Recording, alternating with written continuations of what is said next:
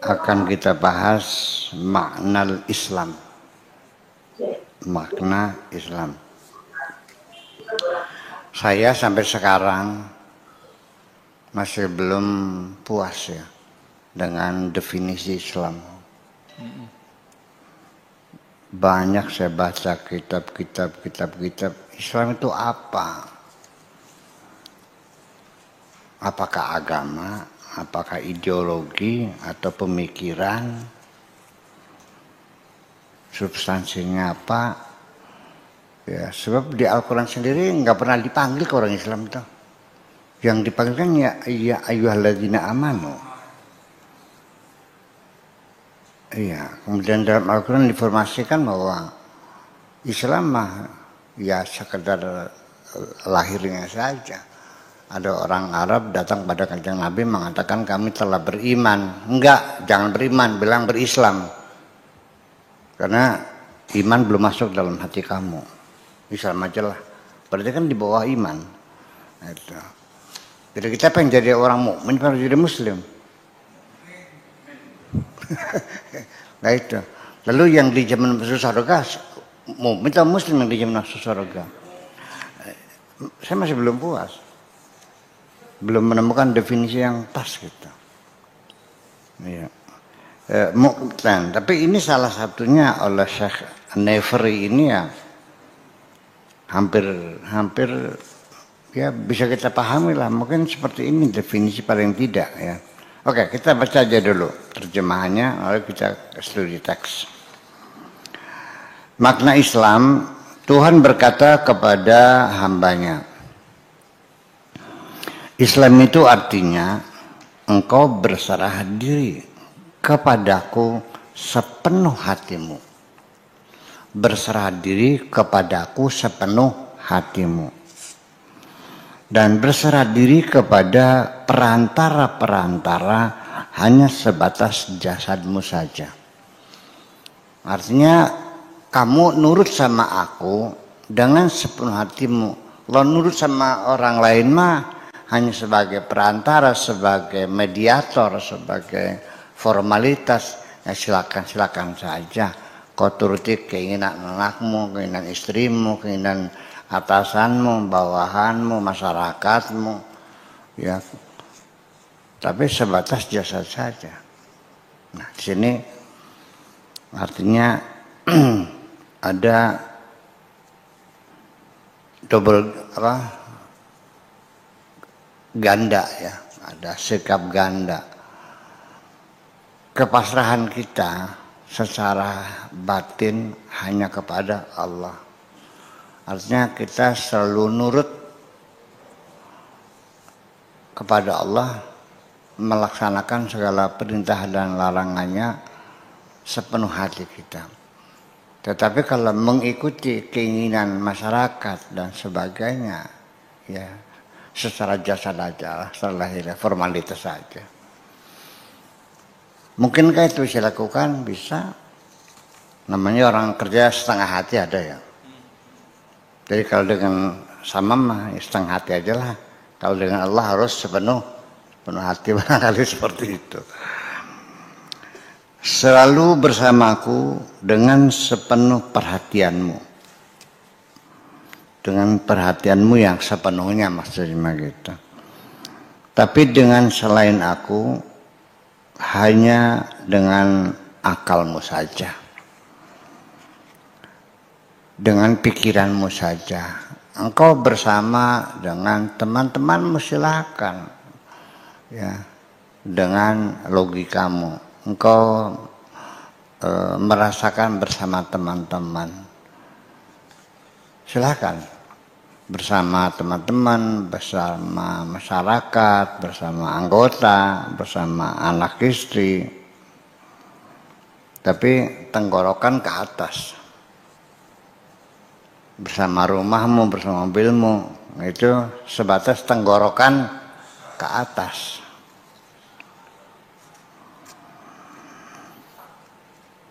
Sehingga dengan demikian segala perhatianmu selalu bersamaku. Tidak ada sedikit pun kepentingan apapun untuk selain aku. Kecuali engkau hanya boleh bersama selainku sebatas dengan logikamu saja. Tidak boleh kecewa ketika gagal. Jadi artinya urusan mobil, utang piutang, urusan kredit bank, urusan dagangan, urusan toko, warung, pabrik, pekerjaan, kontrak kerja, itu sebatas tenggorokan ke atas. Boleh kau pikirkan, tetapi jangan kau masukkan ke dalam hati.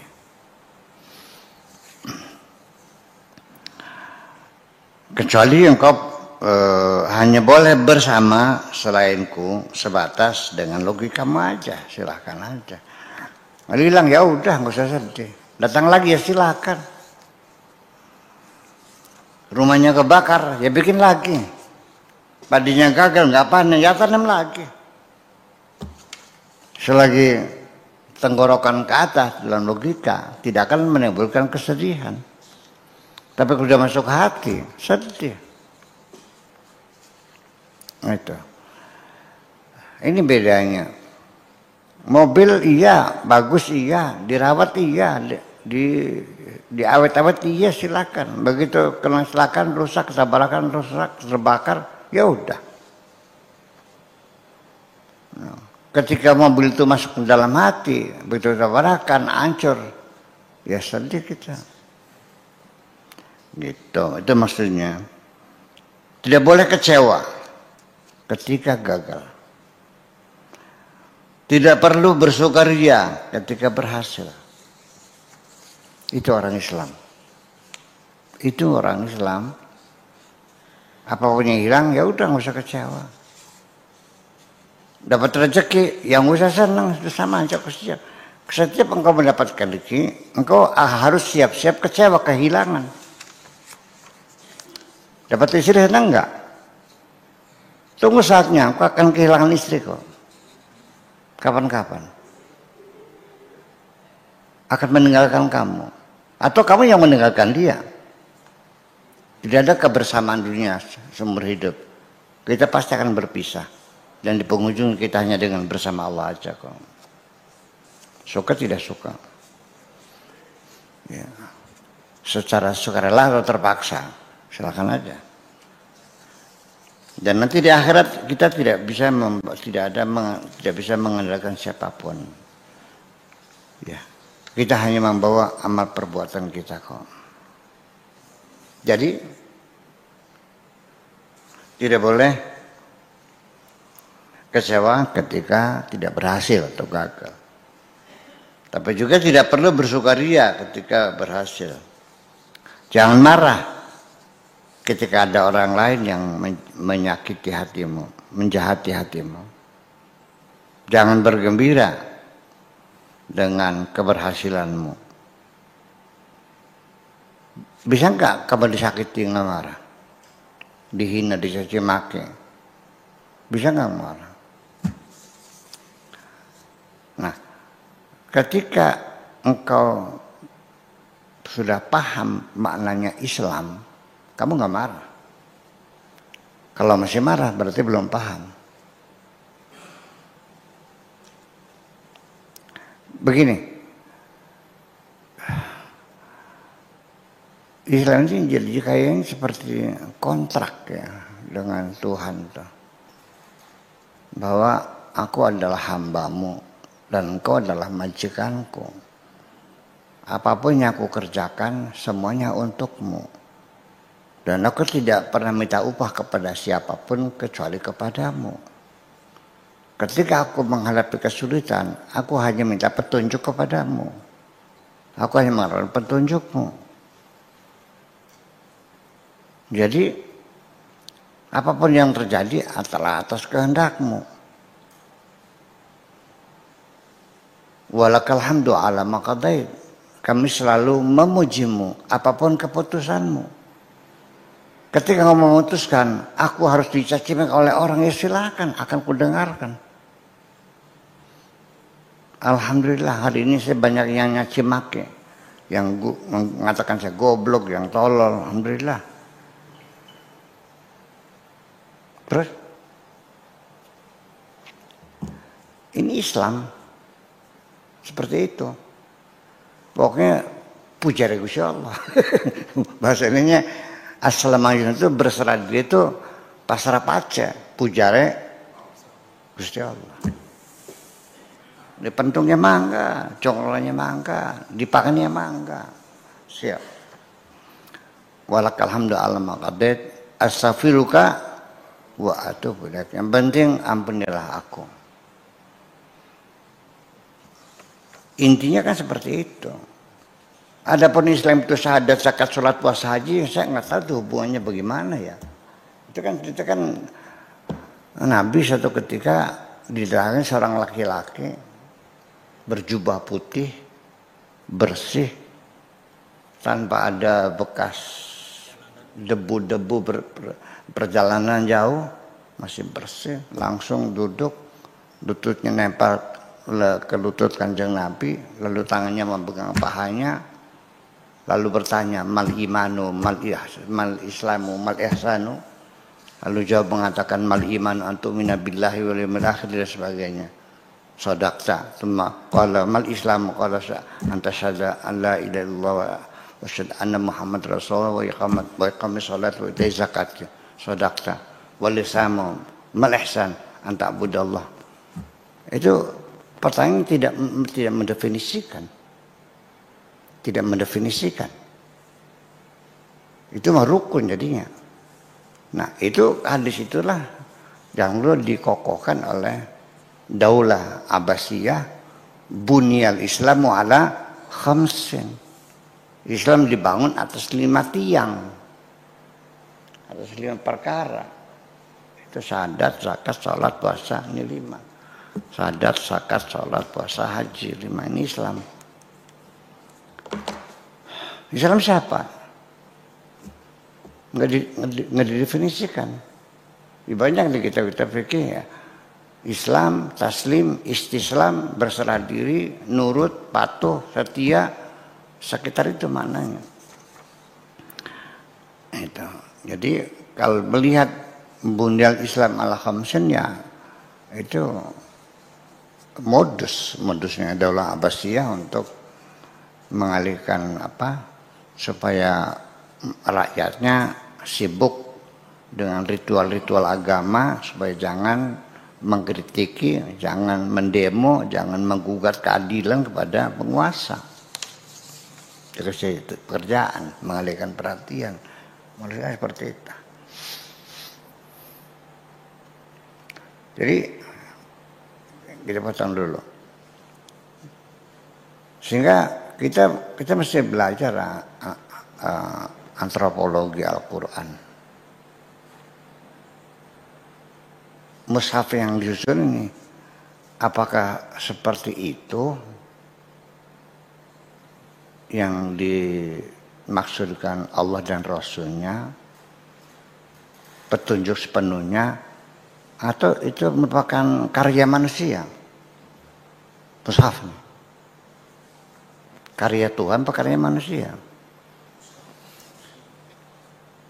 Sayyidina Umar usul dikumpulin Al-Quran nih, yang hafal sudah pada mati dalam perang Harbur Riddah, ya kan gitu. Tulisannya di pelepah korma sudah pada rusak, ya, di kulit-kulit pada dimakan rayap,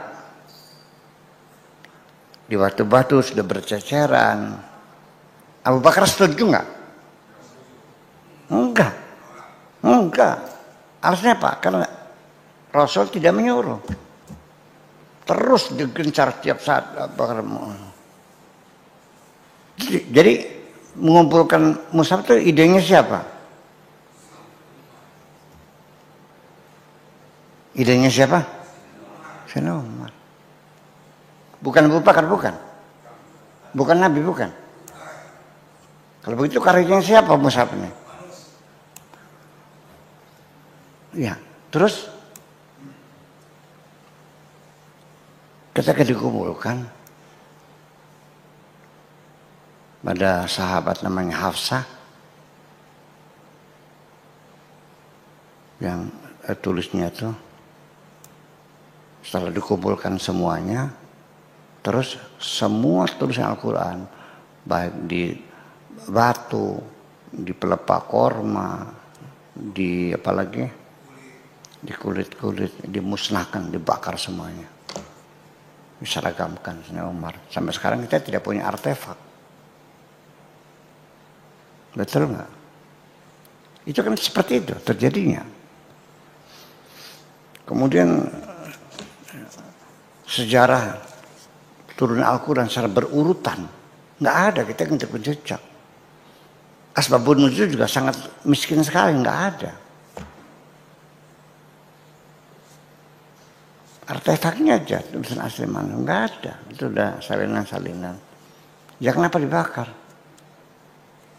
Salahnya. Kemudian ketika Al-Quran dibakar, kertasnya setebal-tebal ini, 1 senti tebalnya, kulit 1 senti. Jadi kalau satu Quran tuh kira-kira berapa ruangan ini?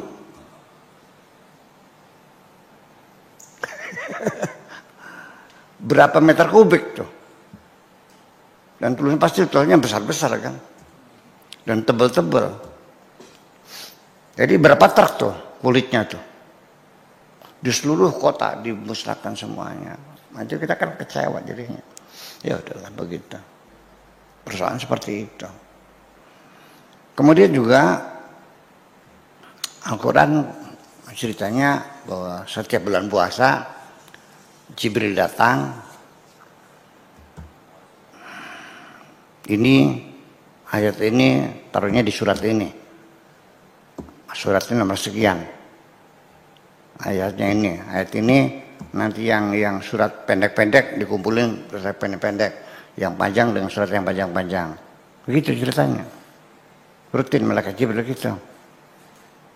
Atau itu ide para pengumpul Quran aja. Saya mengatakan suatu ketika ada seorang berperang sahabat bingung gitu menghadap Sayyidina Umar. Bunyinya itu ayatnya laqad ja'akum rasulun min anfusikum azizun 'alaihi ma 'anittum harisun 'alaikum bil mu'minina raufur rahim. Fa in tawallaw faqul hasbiyallahu la ilaha illa huwa 'alaihi tawakkaltu wa huwa rabbul 'arsyil 'azim. Ya Umar, ini ayat ini gimana ditaruhnya? Selewat. Kata Umar, kalau andai kan ayat itu terdiri dari 3 ayat, masukkan aja di juz amal lah, sependek. Tapi ntar dulu katanya. Taruh aja di akhir surat At-Taubah. Kita begitu. Jadi siapa yang menyusun Al-Quran ini? Saya bertanya. Ya masalah jadinya kan. Itulah kita bahas antropologinya. Jadi artinya bahwa kita harus tolong dong dalam beragama. Jangan ngotot bahwa itu semua sudah pasti benar. Betul nggak? Kita sama-sama tidak tahunya kok. Sholat saja bermacam-macam kok. Ada yang sedekah, ada yang tidak, ada yang digoyang-goyang, ada yang tidak, ada yang baca Fatihah, ada yang tidak. Siapa yang berani bersumpah? Aku melihat Nabi sholatnya begini. Sok aku. Berarti kan tidak ada yang pernah melihat secara langsung. Semuanya itu kan di abad kedua. Katanya. Saksi mata, eyewitness, nggak ada yang jelas. Bagaimana sholatnya Nabi. Ini yang digoyang-goyang, bilang Nabi goyang-goyang. Yang sedekah bilang Nabi sedekah. Yang tidak sedekah bilangnya Nabi sedekah. Yang kunut katanya Nabi kunut. Yang membid'ahkan kunut, Nabi tidak berkunut. Ada nggak yang berani bersumpah? Aku melihat Nabi sholatnya begini, kan nggak ada. Kok sama-sama tidak tahunya kok bertengkar sih? Yang pada beli pahamnya juga tukaran keding kah? Dan biasanya karena sama-sama tidak tahunya itulah orang bertengkar. Kalau memang ada orang yang tahu ditinggal pergi, apa namanya mulus dah. Lah iya. Jadi itulah jadi persoalannya. Jadi tidak mustahil sejarah yang kita belajar ini terjadi manipulasi. Artinya meluruskan sejarah itu belum pernah dilakukan dan tidak mudah.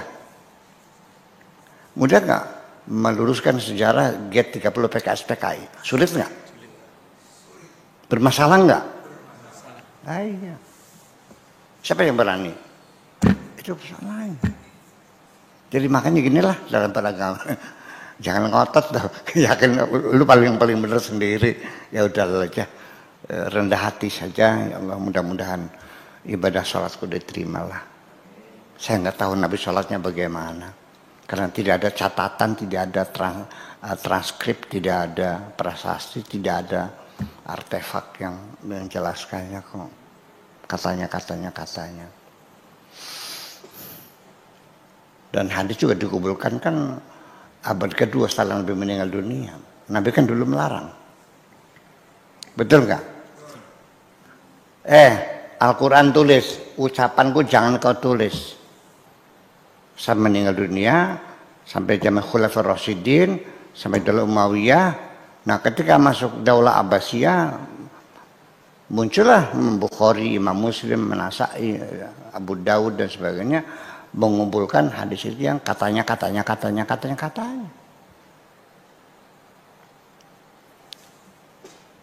Saya mati sekarang, 200 kemudian orang mencari berita Buya tuh kalau makan gimana caranya, duduknya bagaimana, kalau kencing bagaimana, ngunyahnya bagaimana, tidurnya bagaimana. Setelah setahun, udah sekarang gak usah ngomong 2 tahun dah. Kamu masih ingat nggak pengajian kemarin? Masih ingat nggak? Ini persoalan. Ini sudah ratusan tahun. Kemudian lagi yang jadi masalah. Waktu itu Hammurabi, zamannya Mesopotamia, zamannya Babilonia, itu ada catatannya, ada tulisannya, ada buku sucinya ada. Tapi dalam peradaban Islam nggak ada, apal-apalan semua. Nah itu jadi persoalan. Jadi seharusnya mah orang Islam nih nggak usah bertengkar dong. Bilang saja kami sama-sama tidak tahu lah. Jangan ngotot-ngotot nyalain orang lain. Ya, kira-kira enak gak begini? Kita sama-sama tidak tahunya. Aku juga belum pernah melihat Kanjeng Nabi. Engkau juga nggak pernah melihatnya kok. Kayak apa orangnya? Iya, ini mah. Nah itu kira-kira semacam itu. Nanti karena bagaimanapun yang kita pahami Islam itu, yang membawa Islam siapa?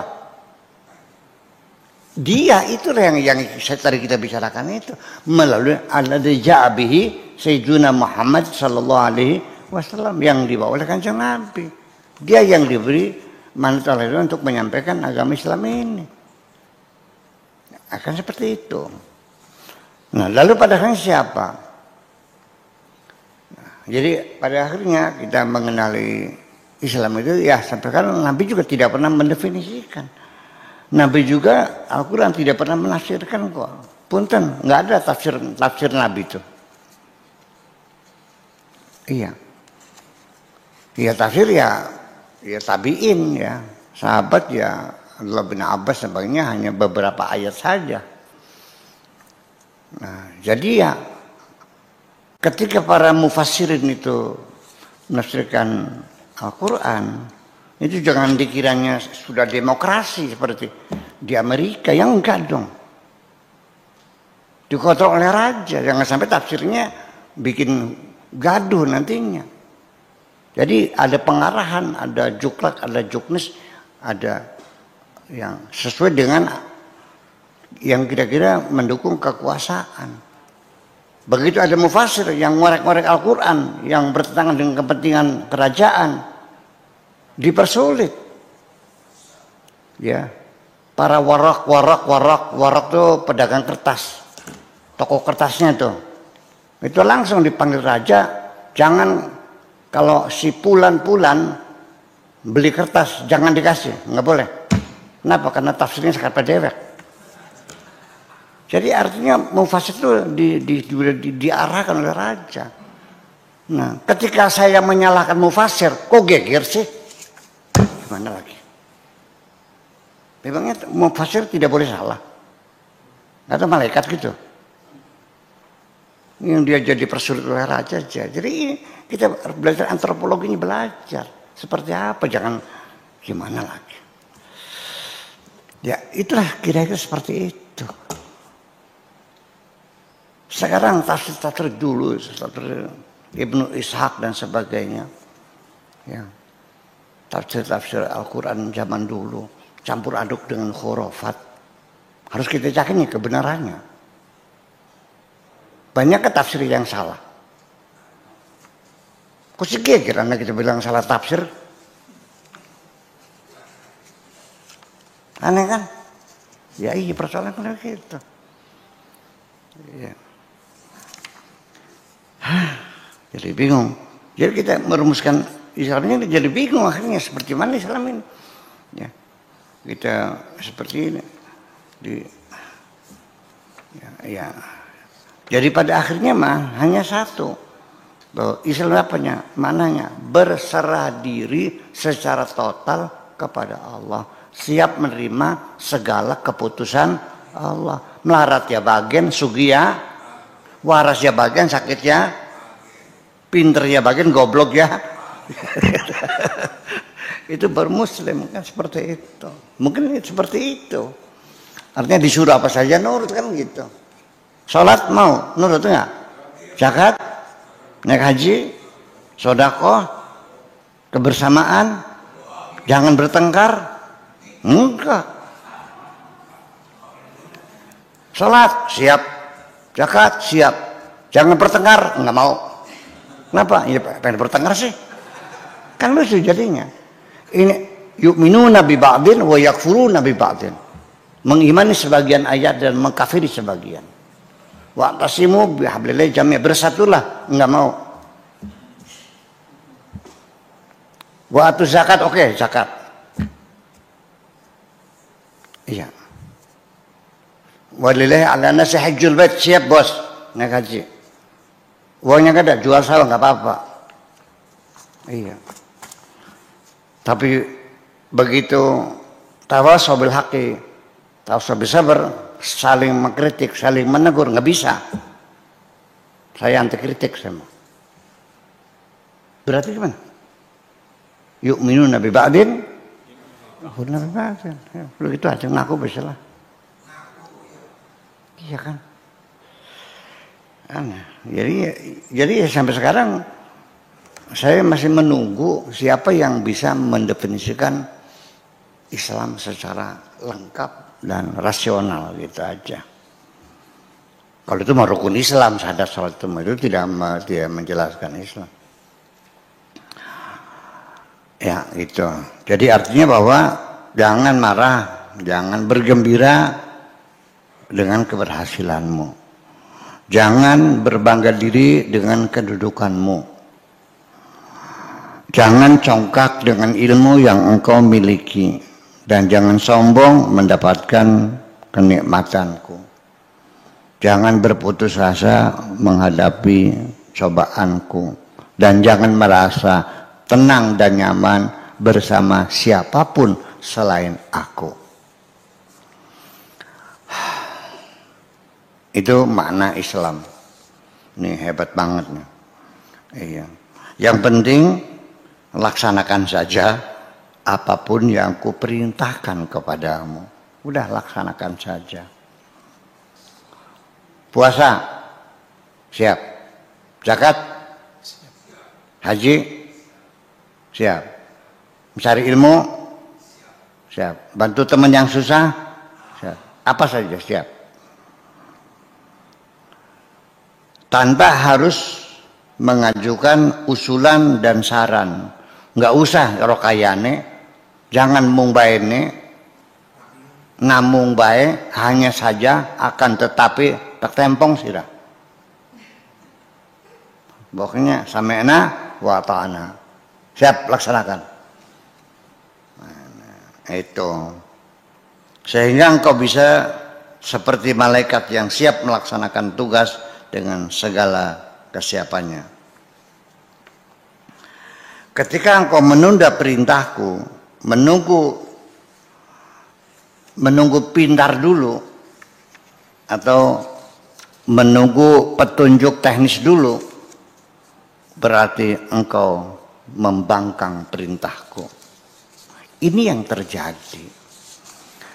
Jadi ketika engkau itu sudah paham bahwa sholat itu wajib, dan engkau sadar bahwa perintah Tuhan itu harus kau laksanakan, sudah laksanakan sholat.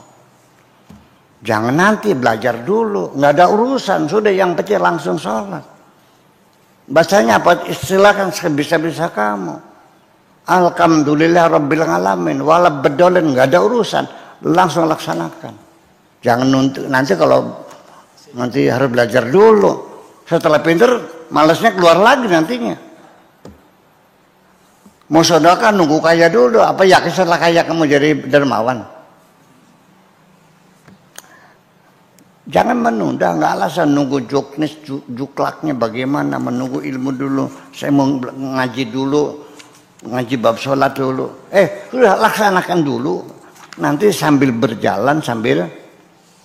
Nah ini kebijakan saya begini sering juga dikritik sama teman-teman kiainya.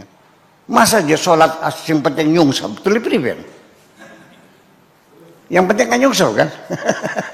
Ya iya. Bacanya apa? Ya sebisa-bisa. Bismillahirrahmanirrahim. Apa subhanallah terserah. Iya. Sholat sendiri sebetulnya apa yang dibaca? Nggak ada. Hanya Fatihah. Udah. Yang lain mah sunnah kok. Kemudian apa? Syahadat, salawat, selesai. Terus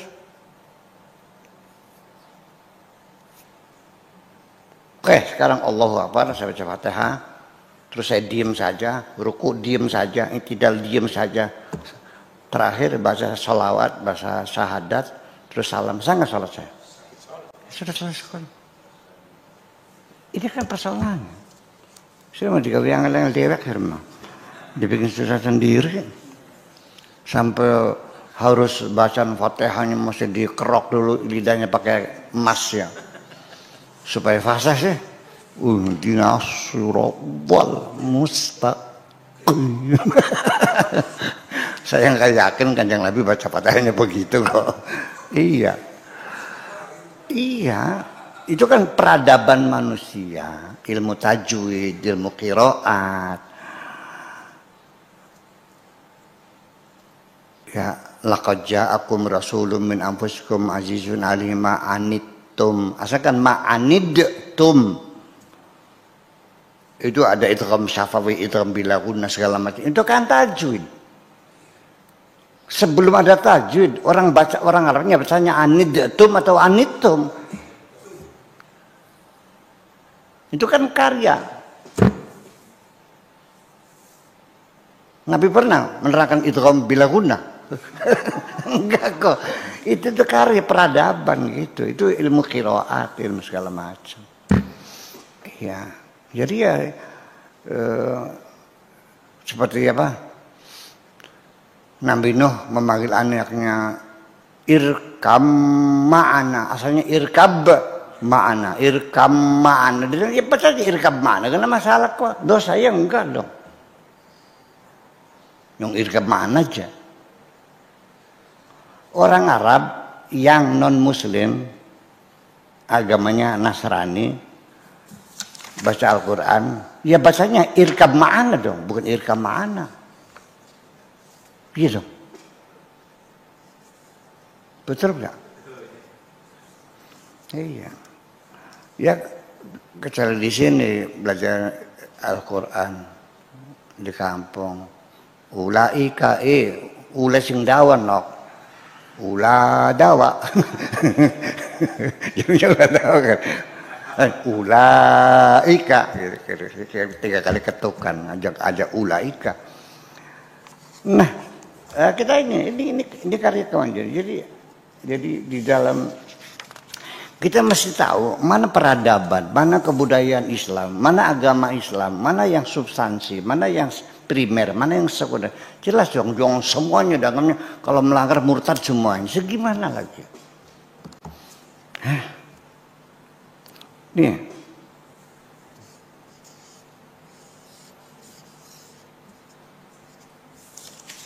Ini bacanya apa ini? Ulaika. Wawunya ada gunanya enggak? Ulaika gitu. Bacanya apa? Ulah. Yang dibaca ada wawunya dibacanya pendek. Yang tidak ada alifnya dibaca panjang. Sebenarnya gimana?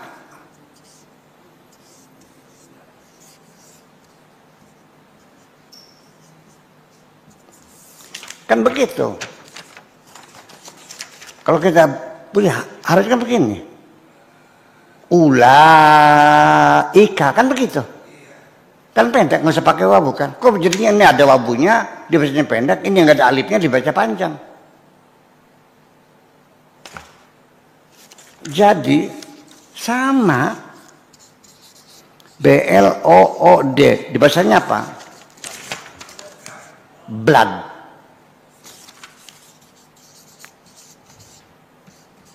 Kalau BOOK kenapa dibaca bu? Ini huruf O bukan?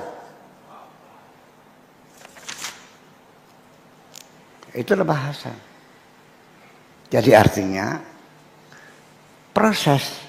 Jadi kalau pendiri bahasa, para pelaku bahasa dulu ini begini, ya udah kita jangan sok pintar, ya udah jadi begini. Ya, oke. Ini bahasa. Jadi jangan sok jagoan nyalain dulu. Ya udah. Kita banyak sekali dalam bahasa itu. Jangan begini, sense of language itu tidak bisa tidak ya, mesti harus dasarnya ya kita baru merasakan kalau sudah native language ya, udah itu sekian puluh tahun di sananya. Jadi banyak huruf-huruf yang ditelan juga, ditelan. 4 huruf ada ditelan, nggak keluar bunyinya. Ya ayyuhalladzina amanu taqullah. Ittaqullah. Wawu alif. Wawu alif lam. 4 huruf kan. Iya kan?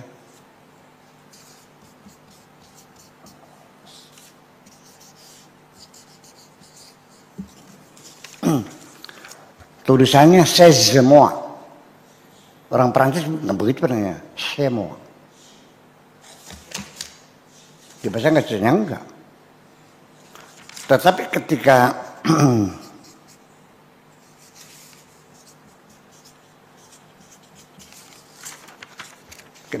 huruf hidup di depannya, maka z-nya keluar, sezel. Jadi setiap bahasa itu berbeda logikanya, ya kan? Udah jangan merengkel. Nah, kita Al-Quran ini, makanya kita nanya, bahasa Al-Quran atau bahasa Arab? Saya berdebat panjang di Jogja dengan dihadiri Pak Munawir Syahadadi dengan para profesor ahli bahasa di UII ya. Itu seminar tahun 91-an.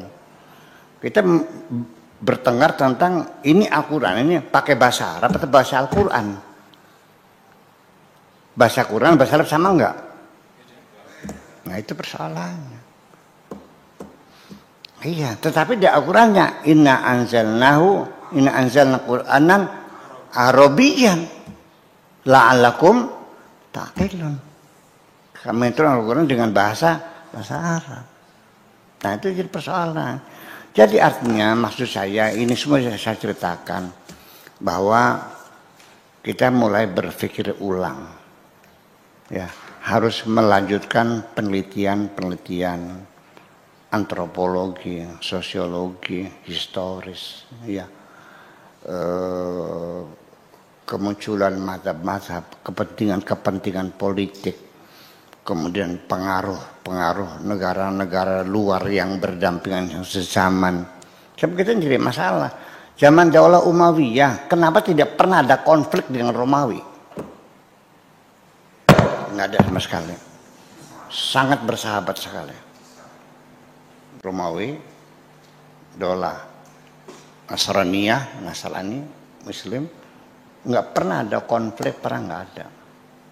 Berarti ada agreement kan? Masih banyak yang tersembunyi, perlu kita buka semuanya itu. Ya kan gitu, yuk kita bongkar semuanya. Nah, Islam masuk ke Indonesia, ini juga hal yang luar biasa. Aneh ben ajaib. Negerinya jauh, masuk sini abad ke-12-an ya, kita sih ya, Islam masuk sini nih. Dengan cara-cara pendekatan budaya, para wali sanga, dengan wayangan, dengan gamelan, dengan segala macam, sampai sekarang menjadi komunitas Muslim terbesar di dunia dan tersebarnya tanpa setetes darah pun kok. Keseberangan semacam ini itu digugat, mana mungkin, itu kan bukan wali, nggak ada wali-wali sanga mana itu, bayangkan. Karya besarnya dihinakan. Ya kenapa? Ini kan bid'ah semuanya. Terjadi kan begitu. Nah, umat Islam, kamu sama-sama tidak tahu kok. Sebaiknya yuk kita hentikan pertengkaran, hentikan hujatan, hentikan permusuhan. Yuk kita mencari tahu bersama-sama. Iya, nanti apapun yang aku ketahui, jangan mengklaim hanya engkau yang paling tahu, itu aja. Makasih.